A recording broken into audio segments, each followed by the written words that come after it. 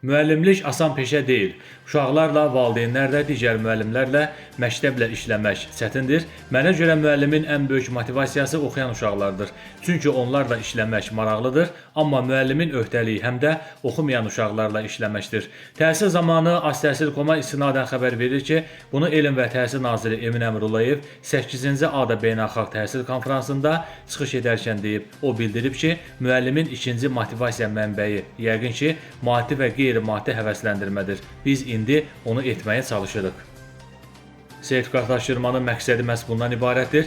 Biz düşünürük ki, 60 sualdan 10 suala da, 56 suala da doğru cavab verənə eyni formada müəllim demək ədalətsizlikdir. Gəlin 8 suala doğru cavab verənə müəllim deməyək. Elm və Təhsil naziri həmçinin ona da əlavə edib ki, bizim onlarla hər hansı problemimiz yoxdur. Sadəcə deyirik ki, siz müəllim deyilsiniz və sizinlə işləmək istəmirik. Digər bir çətinlik odur ki, bizdə müəllimlik yarımştat işdir. Belə işləmək çətindir. Həmin şəxslə məktəbə bağlı olmur, bunu da dəyişməyə çalışırıq.